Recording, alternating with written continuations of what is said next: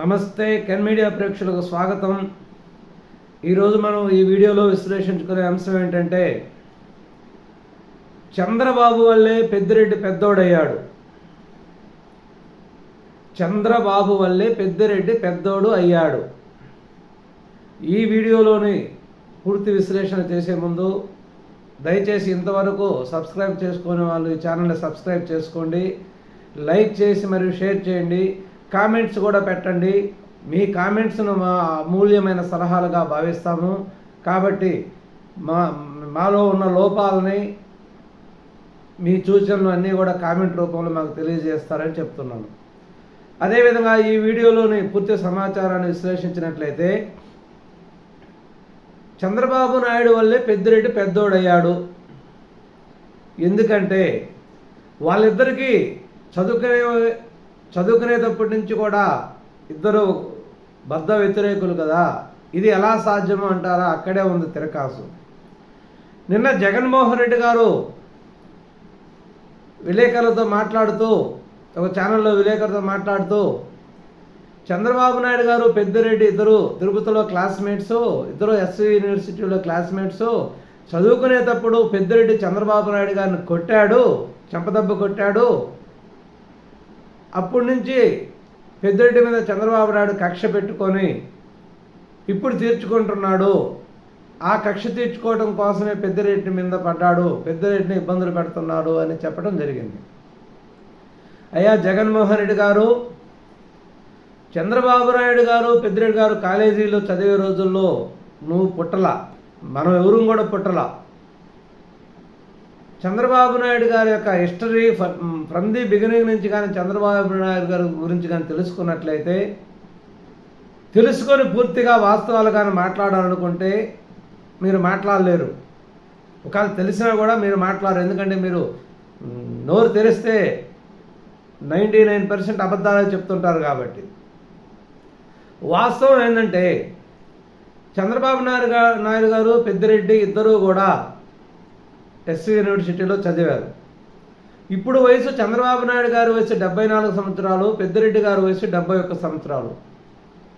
చదువుకునే రోజుల్లో చంద్రబాబు నాయుడు గారి కంటే పెద్దిరెడ్డి జూనియర్, 1-2 సంవత్సరాలు జూనియర్. వాళ్ళిద్దరకు చదువుకునే రోజుల్లో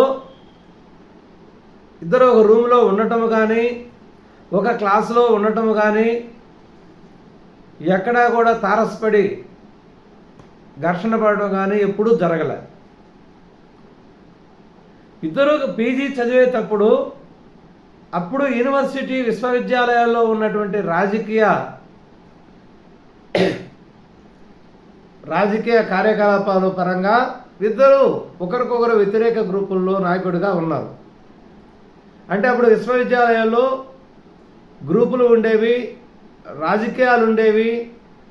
విశ్వవిద్యాలయాలుగా అధ్యక్షులుగానో లేకపోతే వాళ్ళ ఏదో కొన్ని ఎలక్షన్స్ కూడా జరిగాయి. ఆ విశ్వవిద్యాలయం ఉండే రాజకీయ పరంగా చెరొక గ్రూపులో ఉండేవాళ్ళు. వాళ్ళు అక్కడ ఉన్న పాలిటిక్స్ పరంగా ఇద్దరు వ్యతిరేకులు. వాళ్ళిద్దరూ కూడా ఎప్పుడూ వ్యక్తిగతంగా ఒకరికొకరు తగ్గు పెట్టుకున్న సందర్భాలు అయితే లేవు. అంటే ఈ మధ్య కాలంలో మీడియాలో వాళ్ళ సహచరులు, వాళ్ళతోటి అప్పుడు చదువుకున్న తోటి ఫ్రెండ్స్ చెప్తున్న దాని విధంగా నేను ఈ వీడియో చేస్తున్నాను. ఎందుకంటే వాస్తవంగా వాళ్ళు చదివే టైంలో మేము పుట్టన కూడా పుట్టలేదు.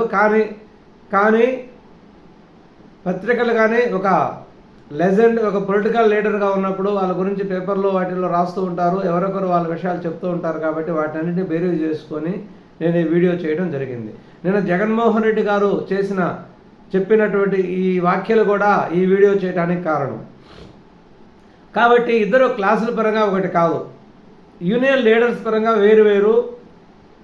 అప్పుడు ఇందిరాగాంధీ తిరుపతిలో పెట్టిన మీటింగ్ వల్ల ఒక బైక్ ర్యాలీలో చంద్రబాబు నాయుడు గారి యొక్క ప్రభావాన్ని చూసి ఇందిరాగాంధీ దృష్టిలో చంద్రబాబు నాయుడు గారు పడటం, అప్పుడు పిలిపించి మాట్లాడి యూత్ లీడర్గా ప్రకటించడం కాంగ్రెస్ పార్టీకి. తదనంతరం తర్వాత జరిగినటువంటి అసెంబ్లీ ఎలక్షన్లో చంద్రగిరి ఎమ్మెల్యే టికెట్ ఇవ్వడం అన్ని వెంటనే జరిగిపోయినాయి. ఎమ్మెల్యేగా గెలిచి పొందిన తర్వాత మంత్రి కావటం, మంత్రి అయిన తర్వాత సినిమాటోగ్రఫీ మంత్రిగా అయిన తర్వాత ఎన్టీఆర్తో కూడా ఎన్టీఆర్తో పరిచయం అయిన తర్వాత తదనంతర పరిణామాలలో ఎన్టీఆర్ కూతురు చేసుకోవటం, ఇవన్నీ ఉదాహరణ ఒకటి వెంట జరిగిపోయినాయి. అంతేగాని పెద్దిరెడ్డికి చంద్రబాబు నాయుడు గారికి ఇద్దరు వ్యక్తిగత కక్షలు అటువంటివి ఏమీ లేవు. కానీ ఇక్కడ మీరు అనుకోవచ్చు, మరి చంద్రబాబు నాయుడు గారి వల్లే పెద్దిరెడ్డి పెద్దోడయ్యాడని ఎలా చెప్పగలుగుతామని. రాజకీయంలో పెద్దిరెడ్డి కంటే చంద్రబాబు నాయుడు గారు చాలా వేగంగా అభివృద్ధి చెందారు, వేగంగా ముందుకెళ్ళిపోయారు. అన్నిట్లో కూడా ఫస్ట్ ఎమ్మెల్యే, పెద్దిరెడ్డి కంటే ముందుగా ఎమ్మెల్యే అయ్యారు, పెద్దిరెడ్డి కంటే ముందుగా మినిస్టర్ అయ్యారు. అంటే పెద్దిరెడ్డి గారు మినిస్టర్తోనే ఉన్నారు కాబట్టి పెద్దిరెడ్డి కంటే చాలా ముందుగా మినిస్టర్ అయిపోయారు. అంటే 79లోనే మినిస్టర్ అయిపోయారు. అంటే మొదటిగా ఎమ్మెల్యేగా గెలిచిన తర్వాత వెంటనే కూడా మినిస్టర్ అయిపోయారు. ఈ విధంగా చంద్రబాబు నాయుడు రాజకీయాల్లో వేగంగా అభివృద్ధి చెందుతూ వస్తున్నారు.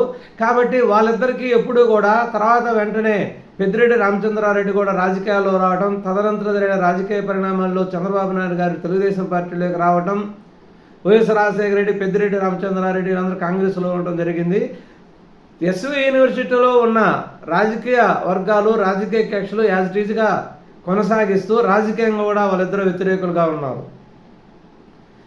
కానీ 1995లో చంద్రబాబు నాయుడు గారు ముఖ్యమంత్రి అయిన తర్వాత కానీ, 1999లో రెండోసారి ముఖ్యమంత్రి అయిన తర్వాత కానీ, 2014లో మూడోసారి ముఖ్యమంత్రి అయిన తర్వాత కానీ, చిత్తూరు జిల్లా పరిస్థితులు కానీ తీసుకున్నట్లయితే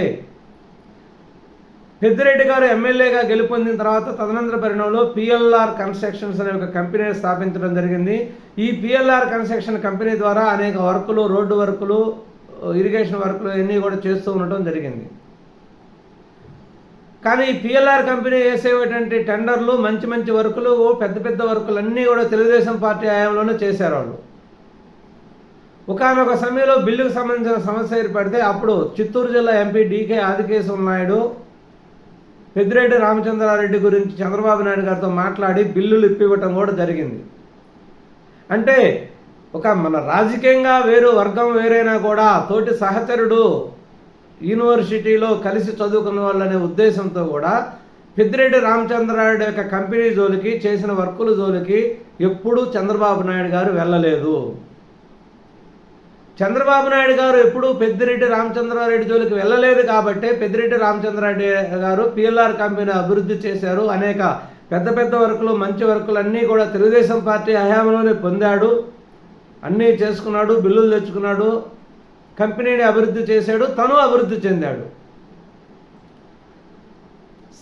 ఒక మనిషి చేసే సహాయాలు రెండు ఉంటాయి, ప్రత్యక్ష సహాయము, పరోక్ష సహాయము.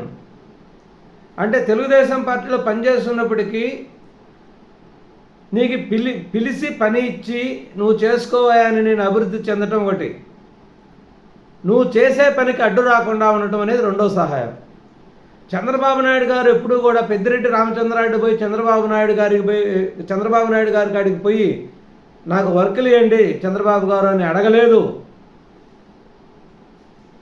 చంద్రబాబు నాయుడు గారు పెద్దిరెడ్డి రామచంద్రారెడ్డి పిలిచి ఇదిగో నీ కంపెనీలో ఈ వర్కులు చేయమని అడగను లేదు. సహజంగా అందరితో పాటుగా టెండర్లు వేసుకుంటున్నాడు. పెద్దిరెడ్డి రామచంద్రారెడ్డి పిఎల్ఆర్ కంపెనీ ద్వారా వర్కులు తెచ్చుకుంటున్నాడు. కానీ చంద్రబాబు నాయుడు గారు పిఎల్ఆర్కు వచ్చినటువంటి వర్కుల జోలికి ఎప్పుడూ వెళ్ళి అధికార దుర్వినియోగం చేయలేదు. బిల్లులు ఆపమని చెప్పలేదు, బిల్లులో కటింగ్ పెట్టమని చెప్పలేదు, ఆ వర్క్ అతనికి ఇవ్వవద్దు, ఆపండి అని ఎప్పుడూ కూడా చెప్పి పెద్దిరెడ్డి రామచంద్రారెడ్డి చేసే బిజినెస్కి ఎప్పుడు కూడా ఆటంకాన్ని వ్యక్తపరచలేదు.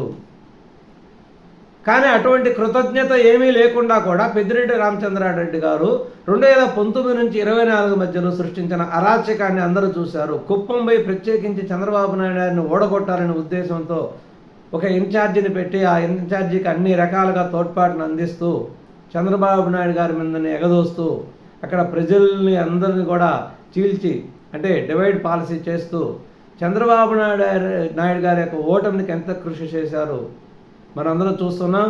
వ్యక్తిగతంగా కూడా చంద్రబాబు నాయుడు గారిని అనేక రకాలుగా విమర్శించడం జరిగింది. పొంగనూరులో ఎలక్షన్కు ముందు పొంగనూరు పర్యటనకు పోతే పొంగనూరులో పర్యటనకు రానియకుండా అక్కడ అంగళ్ళు అనే సెంటర్లో ఎంత గలభా సృష్టించింది రాష్ట్ర ప్రజలందరూ చూశారు, దేశ ప్రజలందరూ చూశారు.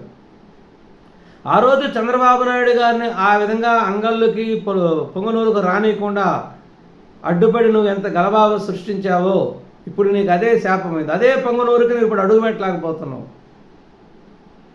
ఎప్పుడైనా ఎవరు చేసుకున్నది వాళ్ళకే తిరిగి వస్తుందనే దానికి ఇదే చక్కటి ఉదాహరణ. పెద్దిరెడ్డి రామచంద్రారెడ్డి గారు నిన్న జగన్మోహన్ రెడ్డి గారు చెప్పారు, దాని గురించి నిజాలు నువ్వే చెప్పాలి అంటే నువ్వు పోయి చంద్రబాబు నాయుడు గారిని కొట్టినట్టు, చంద్రబాబు నాయుడు గారు దాని ద్వేషం పెంచుకొని ఇప్పుడు ఆ ద్వేషాన్ని తీర్చుకుంటున్నట్టు జగన్మోహన్ రెడ్డి గారు గౌరవ మాజీ ముఖ్యమంత్రి గారు సెలవిచ్చారు. దీనికి సమాధానం రిప్లై మీరే చెప్పాలి. మాకు తెలిసింది మేము చెప్పాం వాస్తవాలు. అసలైన నిజం నువ్వు చెప్పాలి. నాకు తెలిసినంత వరకు ఇవన్నీ జగన్మోహన్ రెడ్డి చెప్పినన్ని అవాస్తవాలు. వాళ్ళిద్దరు క్లాస్మేట్సే కాదు. చంద్రబాబు నాయుడు గారి కంటే పెద్దిరెడ్డి రామచంద్రారెడ్డి జూనియర్.